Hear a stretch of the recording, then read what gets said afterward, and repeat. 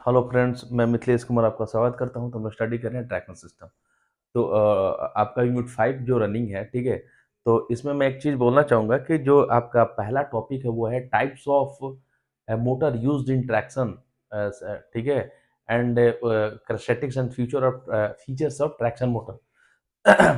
तो ऑलरेडी मैंने DC series motor के बारे में आपसे डिस्कशन कर दिया, लिखवा दिया है। लेकिन मैं थोड़ा-सा इसमें चेंजेस करना चाहता हूँ कि इसमें क्या करना है कि जब क्वेश्चन इस तरीके से नहीं आएगा, क्वेश्चन आएगा कि टाइप्स ऑफ मतलब ट्रैक्शन मोटर, तो अपने को बस उसके टाइप्स लिखने हैं, उसके बारे में नहीं लिखना है, ठीक है? जैसे 4 टाइप्स होगा, DC series motor, AC series motor, induction motor और लीनियर आपका मोटर जो है, ठीक है?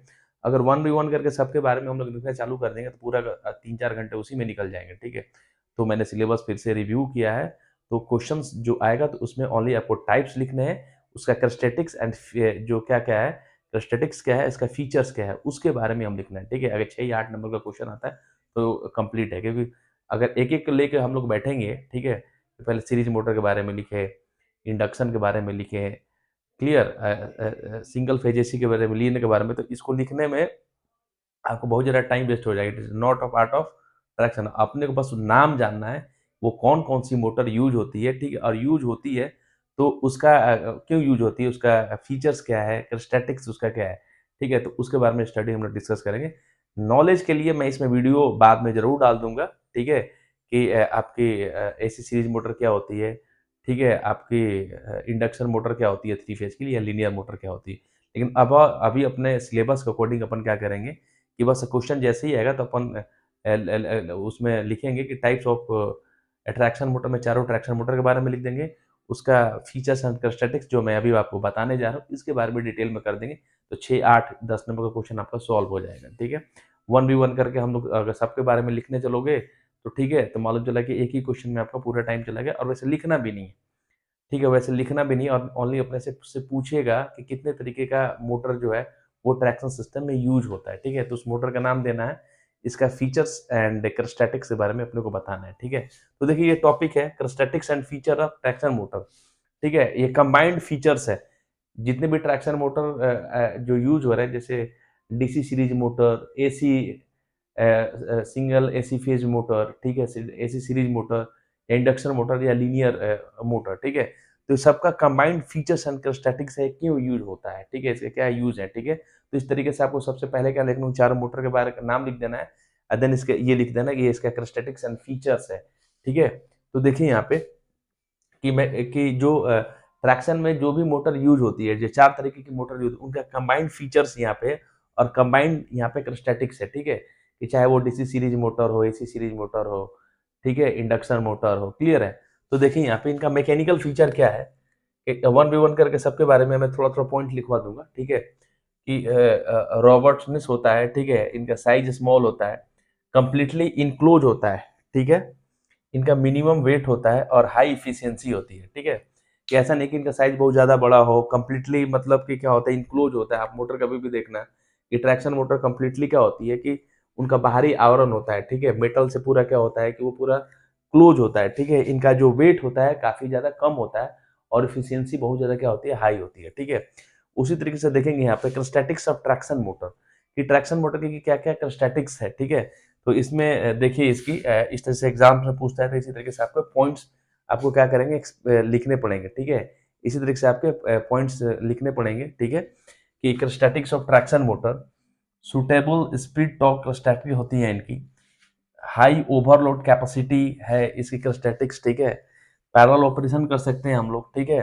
इसका कंस्ट्रक्शन जो होता है रोबस्ट कंस्ट्रक्शन होता है, capacity to withstand voltage fluctuation, low weight of traction motor, traction motor का जो वेट होता है वो कम होता है, इसका डायमेंशन स्मॉल होता है, इसका स्पीड कंट्रोल बहुत सिंपल होता है, सेल्फ रिलीविंग प्रॉपर्टी होती है, with stand temporary interruption of supply, ठीक है? कंपेटिबल विथ डायनेमिक और रीजनरेटिव ब्रेकिंग के साथ ये कंपेटिबल होता है, ठीक है? तो ये आपके फीचर्स हैं या स्टैटिक्स है ये, ठीक है? तो सिंपल से आपके एग्जाम्स में क्वेश्चन आएगा तो बस ट्रैक्शन मोटर के बारे में लिखना है कि 4 जो ट्रैक्शन मोटर जो यूज हो रहा है, ये इनके मैकेनिकल फीचर है और ये इनका स्टैटिक्स है, ठीक है? ऐसा करते ही ठीक है, 6 या 8 नंबर का क्वेश्चन आता है, उसमें आपके कंप्लीटली पूरे नंबर आ जाएंगे, ठीक है। बहुत ज़्यादा टाइम वेस्ट करने की जरूरत नहीं है। अगर हम लोग इसकी बात करें, ठीक है, तो इस तरीके से अगर पॉइंट आप ये लिखोगे तो आपका जो लगभग लगभग सारा जो चीज़ है वो कवर हो जाए, ठीक है। थोड़ा थोड़ा मैं इसमें पॉइंट आउट करवा देता हूँ, ठीक है, कि ये इन चीज़ों के बारे में कि ये चीज़ें क्या हैं, ठीक है, तो और ज़्यादा आपको क्लियर हो जाएगी। क्लियर है? देखते हैं आगे। आगे देखिए, स्क्रीनशॉट ले लीजिए, ठीक है। फीचर्स जो मैंने बताया उसके बारे में कुछ कुछ पॉइंट आउट करवा देता हूँ। एग्जाम्स में आता है, आएगा तो आप किसी तरीके से लिखना है, ठीक है। ये देखिए, रोबस्टनेस, ठीक है। और a traction motor must be mechanical strong, इसका मतलब ये है कि रोबस्टनेस का मतलब क्या है, मैकेनिकल स्ट्रॉन्ग होता है ट्रैक्शन मोटर, ठीक है। क्योंकि हम लोग क्या करते हैं कि बिल्कुल व्हील्स के पास में इस तरीके से हम लोग अरेंज करते हैं, अगर कमजोर होगा तो टूट जाएगा। तो मैकेनिकल बहुत स्ट्रांग होता है, वाइब्रेशन भी होता है, ठीक है। तो अगर कोई कमजोर मोटर रहेगी तो वाइब्रेशन के कारण भी उसके वाइंडिंग्स वगैरह अंदर खराब हो जाएगी, ठीक है। तो मैकेनिकली स्ट्रांग होता है and robust so that it can be capable of withstanding severe mechanical vibration, ठीक है। मतलब कि जब लोकोमोटिव चलेगी ट्रैक के ऊपर तो बहुत बहुत ज़्यादा वाइब्रेशन भी होगा, वो वाइब्रेशन का असर डायरेक्टली कहाँ पे होगा, ट्रैक्शन मोटर पे होगा। तो इसको इतना ये मैकेनिकली स्ट्रांग होता है कि इस तरीके के वाइब्रेशन को ये झेल जाता है। अगर नहीं झेलेगा तो फिर वैसे क्या होगा कि मोटर मोटर खराब हो जाएगी। क्लियर है? उसके अंदर के वाइंडिंग का अरेंजमेंट क्या होगा कि बिल्कुल बिखर सा जाएगा, ठीक है। देन आपकी मोटर पूरी तरीके से क्या हो जाएगी, फेल हो जाएगी। क्लियर है? स्मॉल साइज, स्मॉल साइज का मतलब ये होगा कि जो मोटर जितनी स्मॉल साइज में रहेगी तभी तो उसको हम इजी इंस्टॉल कर सकेंगे, ठीक है, और वो पावर को हम लोग व्हील्स पे दे सकेंगे, ठीक है। अदरवाइज बहुत ज़्यादा ही मोटर होगी तो बहुत ज़्यादा स्पेस लेगा, ठीक है, इसको इंस्टॉलेशन में बहुत काफ़ी ज़्यादा दिक्कत आएगी, ठीक है। तो ट्रैक्शन मोटर का सबसे बड़ा एडवांटेज है कि इसका साइज स्मॉल होता है और इजिली हम लोग इसको व्हील से कनेक्ट कर सकते हैं। Clear? The overall dimension of the traction motor must be minimum, जो ओवरऑल इसका डायमेंशन हम लोग मिनिमम रखते हैं, ठीक है। क्यों? Specially the traction motor must have a small diameter, ठीक है। जो ट्रैक्शन मोटर का जो डायमीटर होता है ना, मतलब साइज ही मान लो, डायमीटर की साइज बहुत छोटा सा होता है, ठीक है। छोटा रहेगा तो स्पेस कम लेगा, ठीक है, और इसका ऑपरेशन भी क्या रहेगा, आसान रहेगा। So that it can be arrange easily beneath the motor coach, ठीक है। मतलब इजी हमको इसको मोटर कोच के पास में हम लोग इजीली इस तरीके की ट्रैक्शन मोटर को हम लोग इंस्टॉल कर सकते हैं, साइज छोटा होने से, ठीक है। कि बहुत सारी मोटर अरेंज होंगी, अगर इसका साइज बड़ा होगा तो अपने को परेशानी होगी, हो सकता है कि वहाँ पे क्योंकि एक लिमिटेड स्पेस होगा, ठीक है। इसकी साइज बड़ी हो जाएगी तो ठीक है, वो वहाँ पे सेट नहीं हो, या ओवरऑल जो वेट है वो बढ़ जाएगा लोकोमोटिव का। Clear? Completely enclose, completely enclose इसलिए करते हैं ताकि जो भी डस्टिंग हो, ठीक है, ट्रैक पे ट्रेन दौड़ रही हो, ठीक है, कीचड़ इस तरीके का जो है गंदगी हो, अगर वो मोटर के अंदर जाएगी तो मोटर खराब हो जाएगी, ठीक है।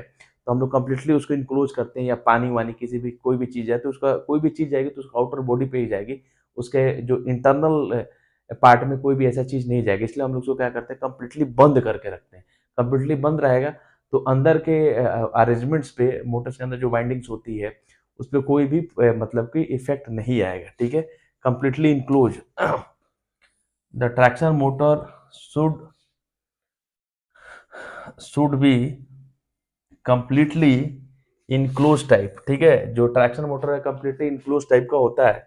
Why? So when it is placed beneath the locomotive, ठीक है, तो जब इसको लोकोमोटिव के पास जब इसको प्लेस किया जाता है, रखा रखा जाता है, द इनक्लोजर प्रोटेक्ट इट, तो आपका जो इनक्लोजर है, मतलब जो उसका बाहरी आवरण है, जो बिल्कुल बिल्कुल उसको सील करके रखता है, बंद करके रखता है, उसको प्रोटेक्ट करता है किससे, अगेंस्ट डस्ट, मड, ईटीसी, ठीक है।